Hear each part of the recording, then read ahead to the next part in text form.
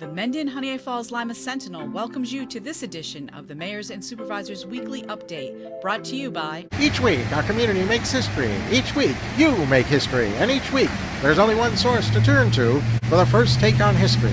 You know what that is? Subscribe to the Sentinel right now to discover the history being made in your own backyard. The Mendon-Honeoye Falls-Lima Sentinel. More than just your news, it's your history. Hey, welcome everyone to this week's edition of the Mayors and Supervisors Update. I'm Chris Carosa, publisher of the Mendon-Honeoye Falls-Lima Sentinel. And each week, we bring you the goings-on in the towns and villages that we cover. This week, we'll start with John Moffitt in the town of Mendon. John, how are we doing in Mendon? Great. Appreciate you having me as always. A couple of updates. First of all, the 2023 tentative assessment roll is on the town of Mendon's website. Anyone who has a change in their assessment due to maybe a building or an addition, a swimming pool, etc., should have received a change in the mail recently. Grievance day is May 23rd, which is a Tuesday. If you are interested in grieving your assessment, you can come into town hall, make an appointment, and sign up, and they will give you a packet on instructions on how to grieve your assessment. If you grieve your assessment, you go before the Board of Assessment Review. The Board of Assessment Review is appointed by the town board for a multi-year, I believe it's a 5-year term, and our assessor is appointed. And you go before the Board of Assessment Review, and it's important to remind people that if you're going to grieve your assessment, it's up to you to prove that they're wrong. It's not up to them to prove to you that they're correct. So, as I said, stop into town hall if you're interested in getting more information about grievance day. The New York State burn ban expires on May 14th. If you are thinking of having anything other than a small recreational fire, you should come in or call town hall regarding a burn permit. The Mendon Spray Park is scheduled to open, as I mentioned last week, on Monday, May 29th at 2 p.m. That will follow the traditional Memorial Day parades. And the Military Memorial, which is being called Dust Off because that is the call sign for the helicopter pilots who were tragically killed in the accident in Mendon a couple of years ago. It is scheduled for Sunday, June 11th at 11 a.m. And both of these events will be at 141 Semmel Road. The school budget is coming up on May 16th. I encourage everyone to vote. Both Pittsford Central School and Honeoye Falls-Lima Central School, which are both located within the town of Mendon, are having their budget vote from 7 a.m. to 9 p.m. As I mention every year, this is the only budget that you can vote on. You can't vote on the federal budget, the state budget, the town budget. If you're in a village, you can't vote on that either. But this one you can vote on. So I always encourage everyone to get out and vote. And for my frequently asked question today, it is regarding the Mendon Public Library. Why is it called the Mendon Public Library if it's in the village of Honeoye Falls? Well, it's called the Mendon Public Library because it's part of the town of Mendon. The town of Mendon owns the building. The town of Mendon supplies the revenue source through your taxes to operate and maintain the building that is the Mendon Public Library. They receive about 99% of their funding through you as a town taxpayer. There is an L fund in the town budget. Our budget is online. You're welcome to take a look at that and see how the money is both received and spent. Thanks for having me. Great, thanks, John. Okay, Mike, over to you. How are we doing in Lima? Things in Lima are pretty good, Chris. Senator Chuck Schumer was in Livingston County this past May 8th to commemorate the start of construction for Light Up Livingston. This is Livingston County's effort partnering with Empire Access to get affordable high-speed fiber internet to all the addresses in Livingston County. Senator Schumer was instrumental in getting the startup funding for that, and construction has started. If you are a Livingston County resident and you are interested in a connection, go to empireaccess.com and you can explore things there and sign up. Be Well in Livingston is an effort spearheaded by the Genesee Valley Health Partnership. The goals are eat better, move more, and stress less. This has already been successful in lowering cancer and heart disease rates in Nunde and Mount Morris, and Lima is next. Meetings have already started. If you would like to be part of this effort, call me at the town hall, 582-1130. You can take a look at what's already happened in those other two townships by going to the website, which is gvhp.org. Select the initiatives tab, and then you can pick Be Well in Livingston and pick Nunde or Mount Morris. The Lima tab is going to be created very soon, but you'll get an idea of the kind of things that would go with it. We are already talking about a pop-up pantry, a 5K run, and many other things to do with other groups within the Lima area, centering it probably around the library. It is time to finish marking your calendar for our 88th annual German Festival. This is going to be Sunday, June 11th from 11 to 7 out on Pond Road. Just take 5 and 20 between Lima and West Bloomfield and follow the signs. You'll enjoy music, dancing, German food and beverages, desserts, and all with your friends and neighbors. There will be performances by the German-American musicians from Buffalo, Eagle Gymnastics from Canandaigua, accordion player Eric Schwartz, and the Alphorn Society of Western New York. Also, vintage VWs and Porsches on display. So come on out and enjoy that Sunday afternoon with 1,800 of your closest friends. Lima's Farmers Market is on its way back in. It will be starting up on June 20th. That's a Tuesday. It'll run Tuesdays after that from 3 to 6. If you served overseas in a combat zone, come out and meet your fellow vets at the Lima VFW. Post 26 does not have a bricks and mortar operation or a bar or anything like that, but we do have a mission of community service for Lima. Annually, we serve hot dogs and soda at the 4th of July. We staff the information booth at the Crossroads Festival, and we collect needed personal items for veterans in hospitals and nursing care. Meetings are the second Wednesday of each month, and we meet over at Legion Post 286. We have a room down there in the basement. Stop in at the meeting or stop in at one of the events I mentioned. It is the connection that is the key, and if you would like to connect, you can call me. My cell phone, 509-1433. Thanks. And that's all I got, Chris. Thanks, Mike. And now it's over to Rick Milne, the mayor of Honeoye Falls and also Monroe County Legislature. What kind of news do you have for us this week, Rick? Just a couple things, Chris. Again, as John said, I appreciate the opportunity and you know, usually John and you know, Steve and everyone else on the call cover a lot of the things locally that I would cover as well. So just a couple things from the village. The West Main Street project for the sidewalk improvement has been delayed a couple of times over the last week or so. We got the trees initially cut down, but the person or the company that's going to be doing most of the work for us has been delayed due to a couple of equipment issues. So we're hoping that that will get done quickly once it's fully on board, and hopefully next week will be a good week with that.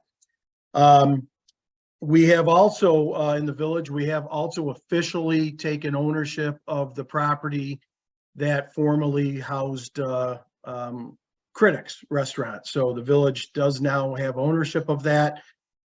We signed and took over that as of last week. So again, we have some plans for the property.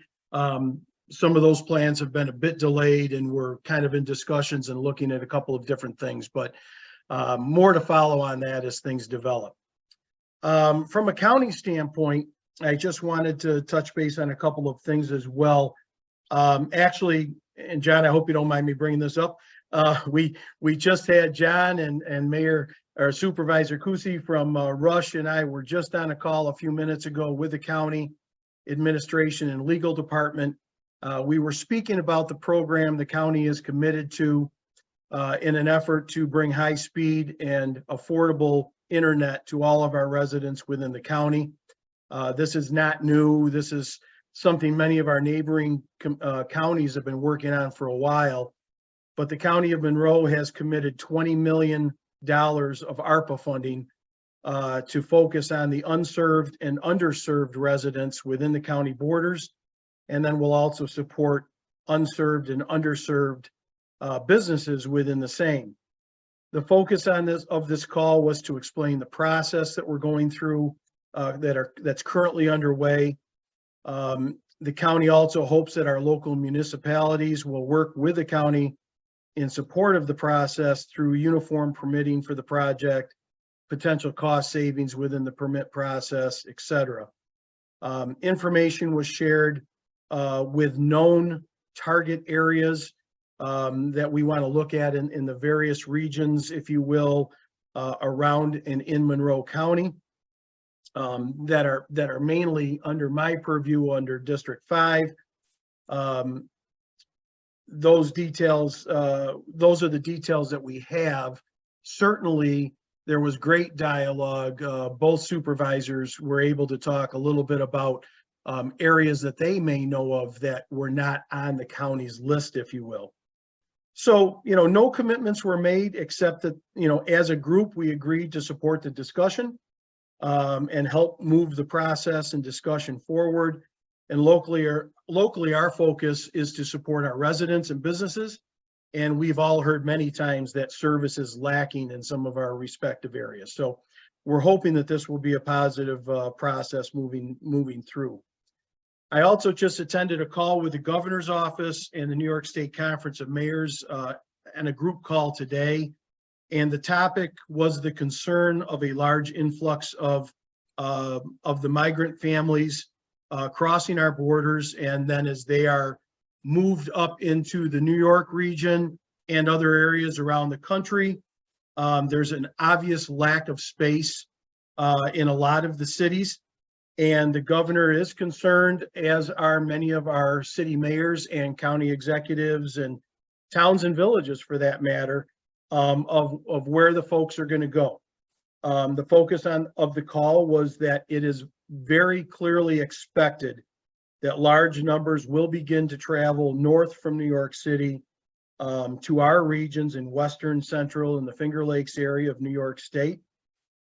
This comment is not in any way, shape, or form in support or against this occurring, but simply a fact that the governor and the city mayors are concerned and that we need to have a plan in place to handle the crisis. I'm sure the governor will be holding the same calls with all the upstate city mayors, the county executives, and others as this moves forward. But a plan does need to be developed to support these families and individuals, and funding is going to be required. Temporary housing will be needed.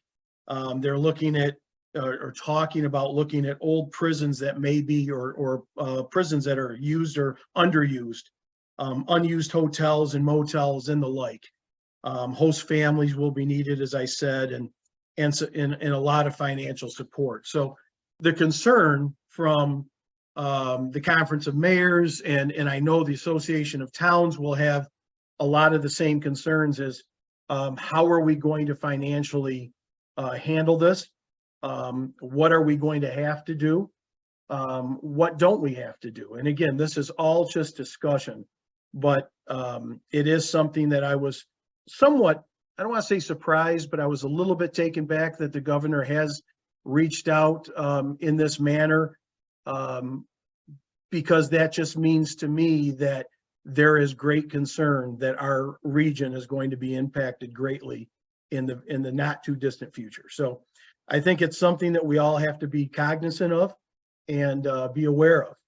And then lastly, I was proud to support this week another press conference and announcement that the county had of an additional 40 to 43 additional Monroe County Sheriff Department deputies and jailers and a couple of civilian officers as well. But we have a big lack of patrol officers. We know that many of our areas, and I can talk about the Honeoye Falls, Mendon, Scottsville, Wheatland area, where there's one car that supports that whole area. If there's a major call, obviously they have to pull a lot of officers out of other areas, Henrietta, et cetera. And if there's a major incident in Henrietta, you know, our one lone car gets called to Henrietta as well. And we need more officers. So it's, I think, a very positive announcement. The county has committed $7 million to that program as well. And hopefully we can get more potential officers going through the process and the classes and the training that they have to go through to make this a reality. So that's been it for me this week, Chris. I appreciate the opportunity and hope everyone has a great weekend. Thanks, Rick. Over to Steve and Henrietta. What's going on in Henrietta, Steve? Unmute yourself. Thank you. So one of the, of course, big topics of discussions is assessments. The town of Henrietta has always tried to stay at 100% assessment. And in this real estate market where for a stretch you were seeing housing prices go up 2% per month, that's been difficult. We had to reassess 10,000 of the 14,000 properties in town. You know, one of the things I say to people, if you see your assessment and it appears to be over aggressive, too high an increase, out of line with the neighbors, please challenge it. You know, especially when you get to reassessing 10,000 properties. The whole process is built on humans entering data into a software system run by the state. So there are plenty of places where errors can occur.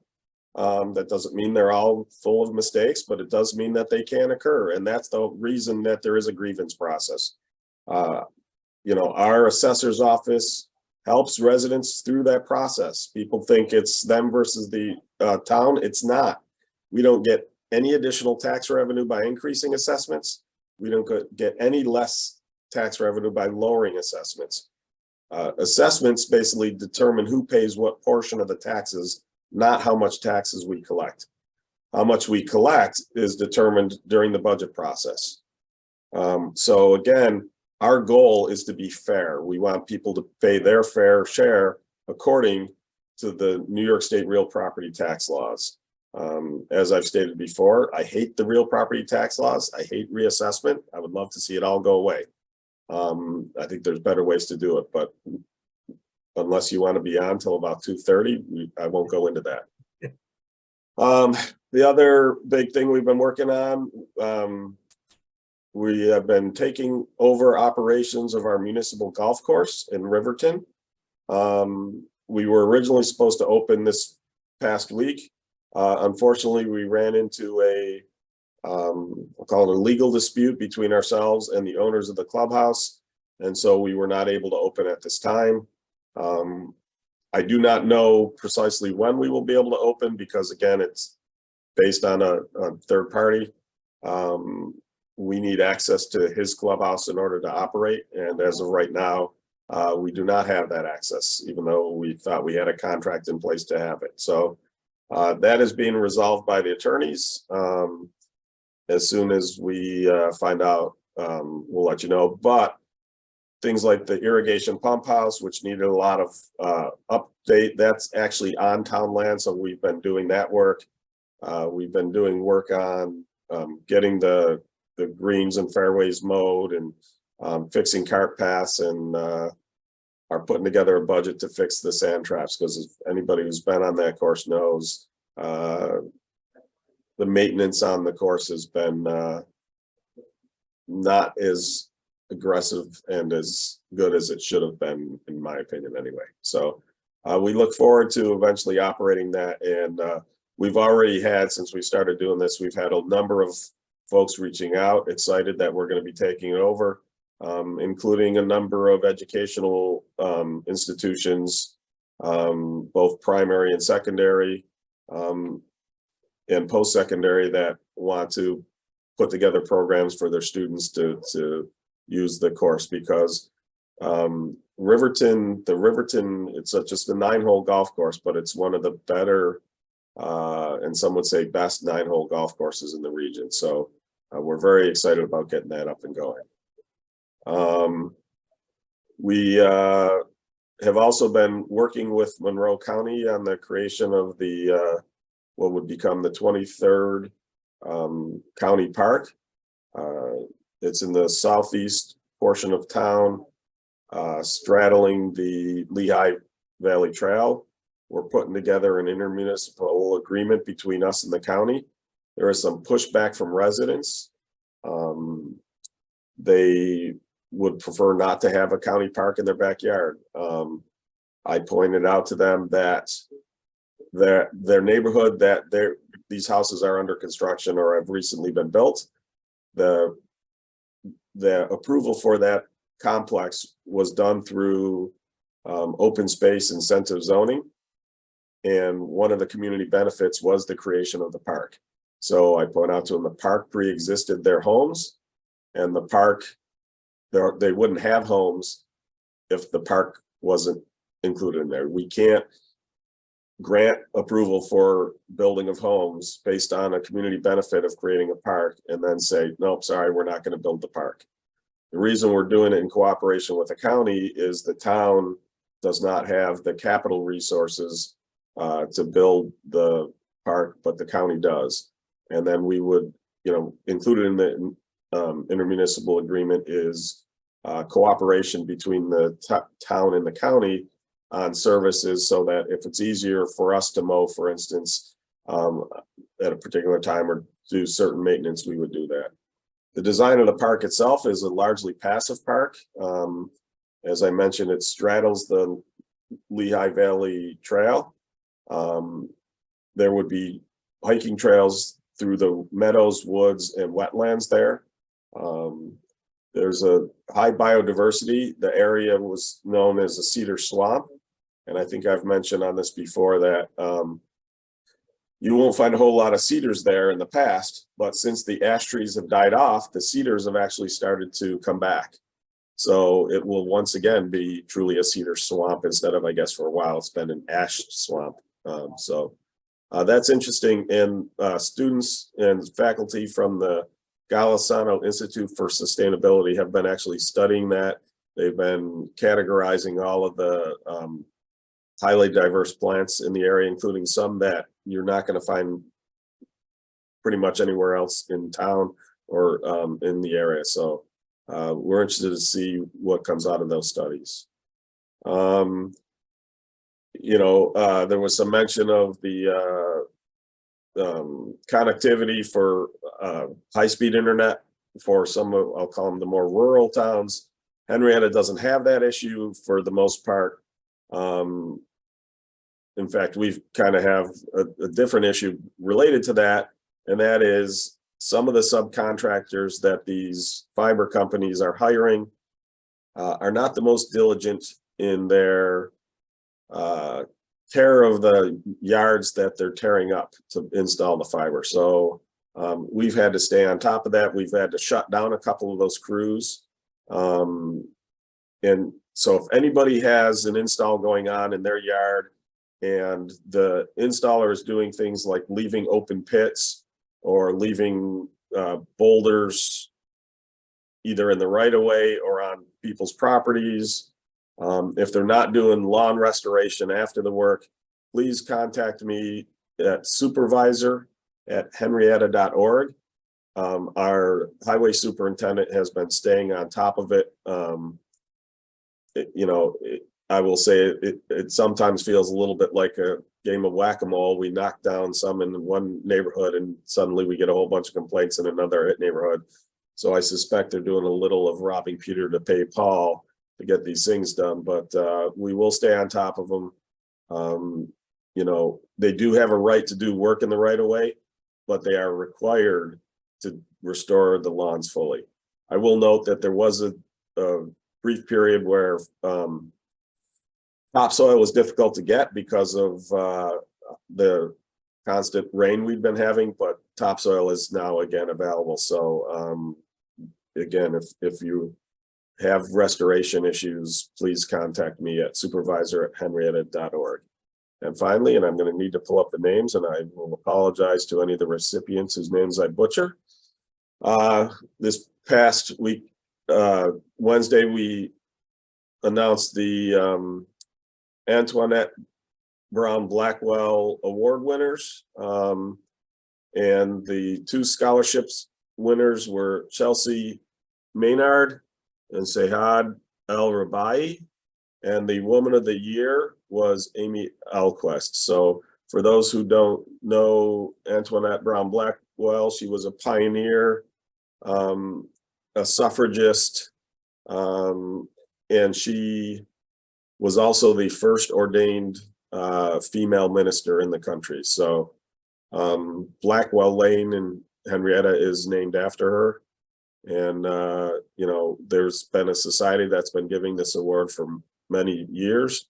And a lot of amazing women have been recipients of the Woman of the Year awards, including this year's recipient, Amy. So very proud of the team, our town historian, our rec department, and the Antoinette Brown Blackwell Society does with regards to not only giving out that award, but raising the money for the scholarship winners as well. So that's it. Thank you.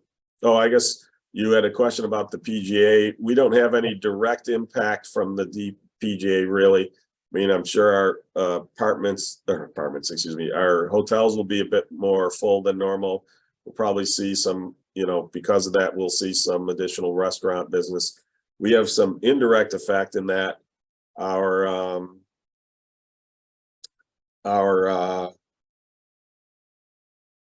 Memorial Day parade is a week from this Sunday, which overlaps with the final day of the PGA. So we've been working closely with the sheriff's department and how to properly staff the parade. Some posts that are normally, some traffic posts that normally have 2 sheriff deputies will have 1 sheriff deputy and 1 town employee to help control traffic during the parade. So, you know, a little bit of inconvenience, but we were able to work around it with the sheriffs. We've got a really great relationship with Monroe County sheriffs. Especially it's been great since they've moved essentially right next door to the town hall campus. So, you know, many thanks to the hardworking folks at the sheriff's office and their willingness to be flexible to handle this major event of the PGA and our Memorial Day parade. So that's it. All right. Thanks, Steve. John, Rick, anything else to add? No? Well, thank you all for being part of today's show, and thank you all for listening. Remember, the show airs every Sunday at 1 o'clock. Like our Facebook page or subscribe to our YouTube channel, and you will be notified when it airs. That's all for this week. We'll see you all. Bye-bye for now. Thank you.